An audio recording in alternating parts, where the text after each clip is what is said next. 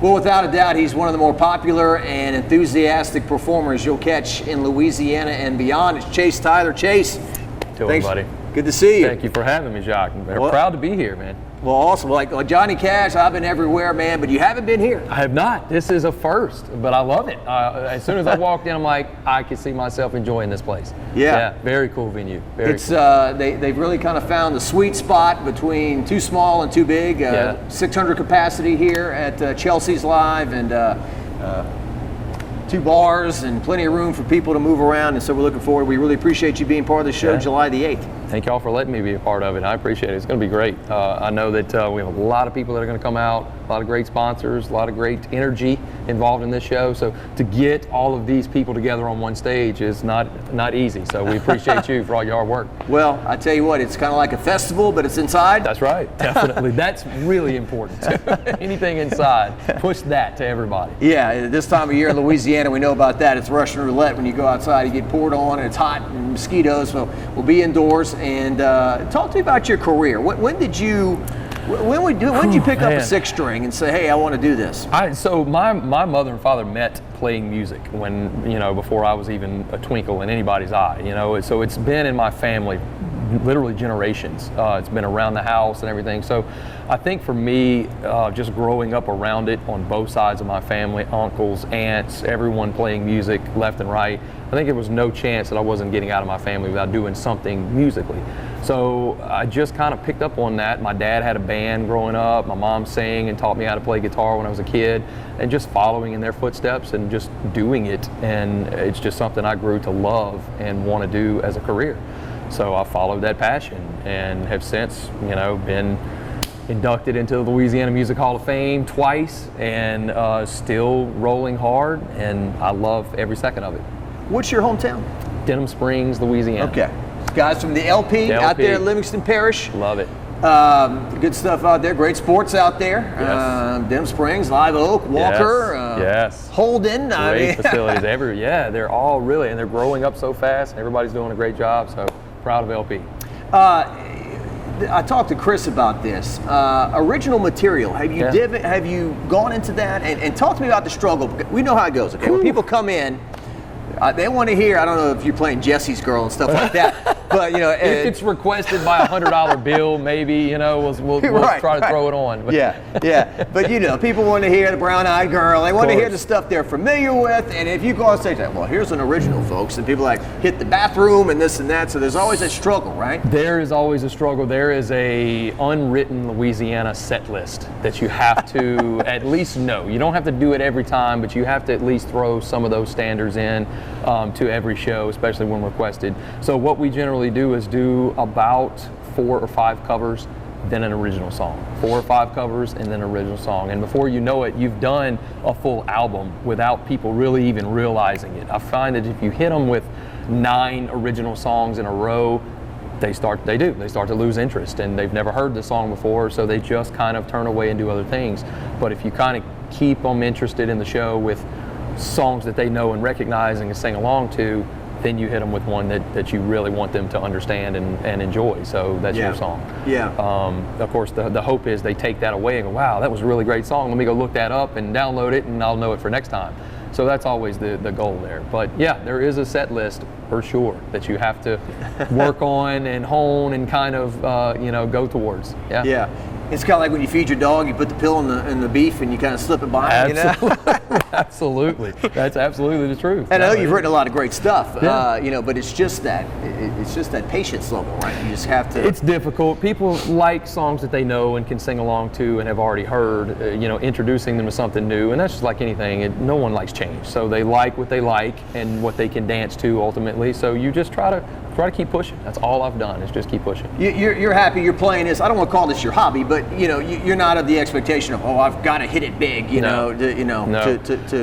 To be happy. Look, I think at a certain point when I first started, that was my goal. Is I'm going to be the next Kenny Chesney. That's me. And I think over time it's just kind of like I'm really happy with being kind of a bigger fish in a smaller pond type situation. I enjoy South Louisiana, the Gulf Coast area. These are my people. This is where I'm from.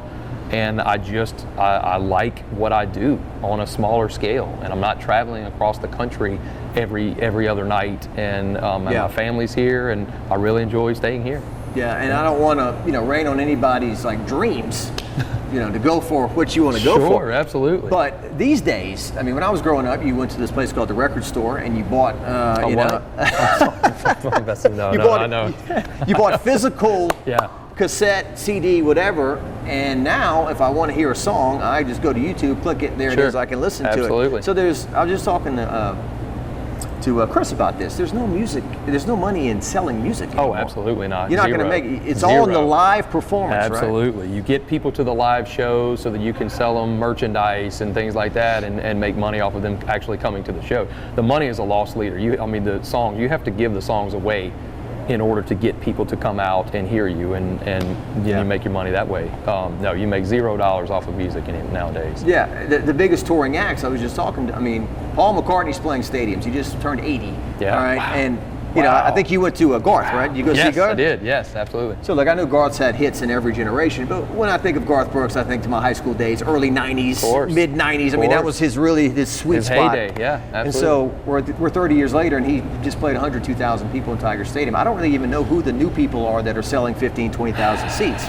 Taylor Swift, people like that. Yeah, Morgan Wallen, these guys that are just coming up and doing that kind of thing. And there's a market. There is a market. There's an untapped market, and if you can find a way to get into that, more power to you. I just never have. I've never been able to find out how you put 102,000 people for a Chase Tyler show. But I'm still going to work on trying. You could say we're giving away $5,000 to everybody that comes down, and I'm not sure you get 102,000 people. No, I still wouldn't get it. That's the thing. It amazed me. I watched him on stage, and I was amazed by the people, and they knew every word, and it was such a great concert. But he literally shut the city down. It was just a thing. The traffic. We sat in traffic for 3 hours just leaving. So it was just insane, but I was very proud to be a part of it. I was working that day. I joked. You remember the pictures from Hurricane Katrina when everyone was leaving and there was like one car going in? To New Orleans. Car, I felt like that was me. I was like, all the people were coming in. It was reversed. They're all going to the show. But his longevity is pretty amazing. It is. If I called you country, is that accurate? I don't feel like it is. You know what? Here's the thing. I don't like to be generalized into one category because I'm not just country. If you listen to some of our albums, some of the albums are more country than rock or anything else. But most, I like music. I just want to be known as a musician. I don't want to be like, you have to be a country artist, so we're going to put you in this box right here. You can only dress this way and do this kind of, I just like to be a musician that sing songs. Sometimes they come out more rock, sometimes they come out more country. I just like to, do my thing, and here's what it is. Yeah, because I can remember even going back to the '90s when Shania Twain came out. Yeah, is that country? Is that pop? It was different. Or what? Absolutely. And so Taylor Swift, and then the one that the real lightning rod is the Florida Georgia line. Several crossovers. Yeah, I think I heard they've got. What's the big song that they had? It's Cruise. Yes. That's apparently the biggest country song of all time. Technically, I heard that. And some people are like, that is not country. It's look, music is objective. It's what you want it to be. If you don't like it, don't listen to it. It's just that simple. And no, it may not be categorized as country music, but people like Dolly Parton and George Jones, Johnny Cash, they crossed over into pop back in the day. You know what I'm saying? Sure. So there's always this generation's, this is the music that we're doing, and it's always crossing over into other genres, and I think that's fine and okay. Florida Georgia Line has found their thing, and they are selling out stadiums everywhere they go. Yeah. I don't think they care what you call them. As long as they keep coming to the stadium shows and selling them out, it's whatever. I got a buddy of mine named Eric Lackassen. He used to sing in a Johnny Cash band, and he is not down with so I like to push his buttons. Of course. So the other day, LSU baseball is taking batting practice, and Luke Bryan is playing. What's that? Knockin' Boots song? Knockin' Boots, of course. Boots need knockin'. So I shoot that and I send it to him, and he says, that damn team would have won 5 more games this year if they wouldn't be listening to that crap. So I had to laugh. But, some of it is terrible, okay? It's just the hardcore facts. Some of it is great. It's subjective. Somebody out there loves that song. Somebody does. Yeah. So, they wouldn't keep putting stuff out that people didn't like, and it's just you either like it or you don't. And I'm not hating on anybody for what they want to do. That's their genre. It's their art. So, the people that dislike something do not cancel out the people that do like it. 100%. The people, when the Macarena was going, I can't stand that. There's still people dancing to it, and That's right. still playing on the radio. Absolutely. So there you go. Well, good deal. When we talk about you, the thing I always hear is energy. You're a performer.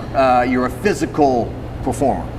Yeah. So look, and it's to me, it comes very natural because the music, I know it may sound cliche, but it moves me. It just does. And I have such a good time on stage, and I want everyone to have fun. So I think maybe channeling that through me and the band, and we want to give off an energetic vibe. I just cannot sit in a chair and sing to you. I have to be up, moving. I just do. That's me. That's how I feel. That's how I've always been. Nothing has changed. And I don't ever see anything changing. That's just the way that I am. Yeah. And I love live music. I love shows. I love the energy that the crowd brings, that the band has. And when you mix all of that together, it makes for a magical feeling. Yeah. You're young and in good shape and all that. And so when you get to George Strait's age and you will sit on a stool and just Now that maybe let's have this conversation in 20 more years, and we'll see. I'm be like, no, I'm in a wheelchair now. Like this is what I want. This is my thing. But who knows? As of right now, I'm having fun and I love what I do. Yeah, that same guy I joked about. I think he went to go see George Jones like on his last leg, and he's like, that guy sang 3 songs on a stool, and he walked off, and some girl came out and sang the rest of the song. See, you just never know where it's going to take you. I don't know, but I enjoy it, every bit of it. I love every step of the way. Who are your influences? I think you kind of talked to me about that a little bit, but like, who you listened to in high school? And so when I was in high school, when I really first started getting into music, Garth Brooks was the man. He really was. And I sat and I watched his show in Central Park, the big live show, 1 million plus people. And I remember thinking to myself, that's cool. And I want to do that. That is amazing. He sang to 1 million people and they sang his song back to him. Yeah. And I just remember having chills and being like, that was a moment for me. It really was. So it was really cool for me to get to see Garth and do the whole situation live. But and so definitely him, and I think that comes across on stage a little bit with the energy, and maybe that plays into it a little bit. I don't know. But definitely like Leonard Skinner, your Southern rock bands, and I grew up where, my dad's band and my mom, they sang country and Southern rock and just Otis Redding and some of those soulful artists that I just really still enjoy to this day. I listen to new stuff as well, but I always like to go back to the classics that brought me to where I am today. Yeah. That's what I enjoy. Yeah, absolutely. And what you just said, I saw him and I wanted to do that. That's the same thing I've heard people say about Elvis, like the ones absolutely. who grew up in the 60s and 70s. 100%. I want to see that. Do that. He's got a new movie. This Elvis movie's coming out too. Right. But or the Beatles on the Ed Sullivan Show. Way back when that was like a big moment. And I've noticed a lot of these country guys are really delving into rock. Like I saw Jason Aldean one time go into Enter Sandman by Metallica. Absolutely. And some of these guys crank out some major riffs. It's about entertaining the crowd and understanding what your crowd wants from you, what your fans, kind of the style that you're known for, and kind of playing into that a little bit, give the people what they want kind of situation. It's very easy to do once you figure out, hey, this is my genre, this is what we play, and this is our kind of style. So you can kind of play off of that. And in our show, we do several 90s country songs, sing-along songs, and just fun, upbeat tunes because I like to do that, and people like to hear them. So we kind of make them our own, change a little bit around, and kind of rock them up a little bit to today's standard of music, So I just enjoy that kind of stuff. But rock kind of music, and just, look, when you get a big light show and the fog's rolling, you kind of feel like a rock star a little bit. So you want to play into that as much as you can too. When they said Garth was going to take the stage at 7 or something like that, he ain't coming out until the sun goes down. Right. They always want the full darkness, the full lights, the whole. They don't set all that up for nothing, that's for sure. They want to get full advantage of it. And calling Baton Rouge, being a sportscaster at If I had one dime for every time I've heard it.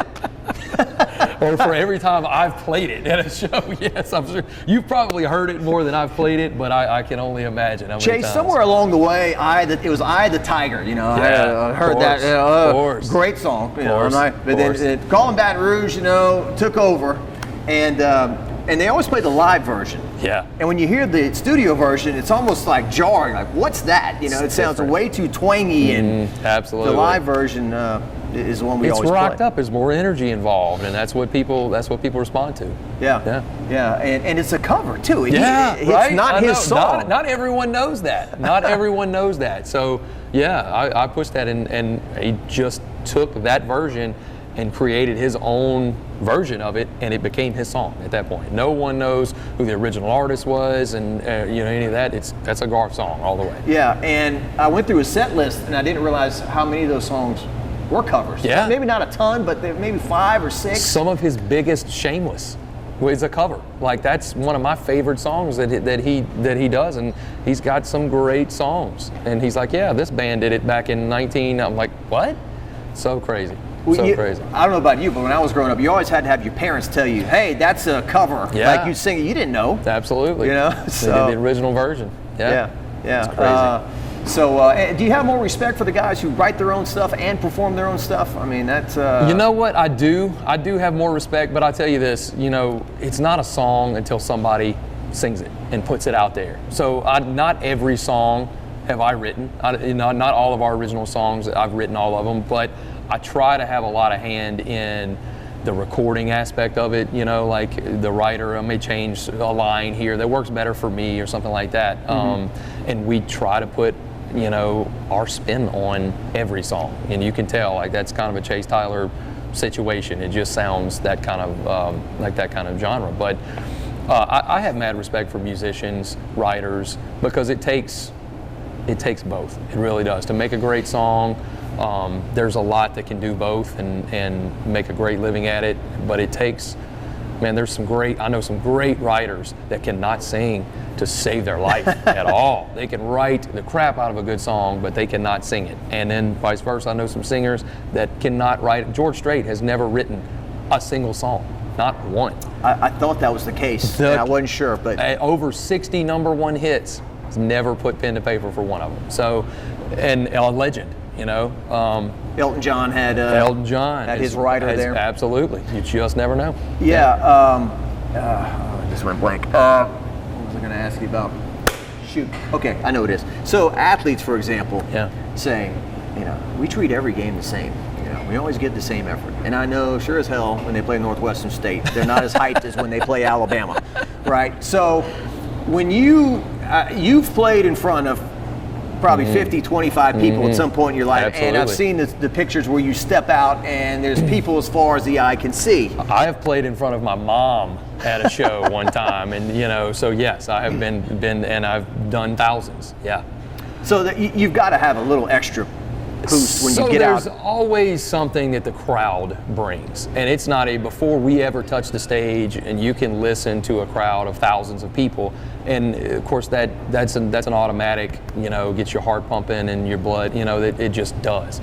As far as the stage though, and just like you say, I mean, I know that all athletes say this, but I try to bring that energy to every show. Because it's very easy on a show that has 10 people for you to just be like, oh, I don't want to be here. I don't want to do this. Then your band starts to react to that. They're like, I don't really want to play this. So me as the leader of the band and as the front man and the singer and really just the face of the whole operation, I try to bring the energy for my band, for the fans, because even if there's 10 people out there, those 10 people still paid to get in.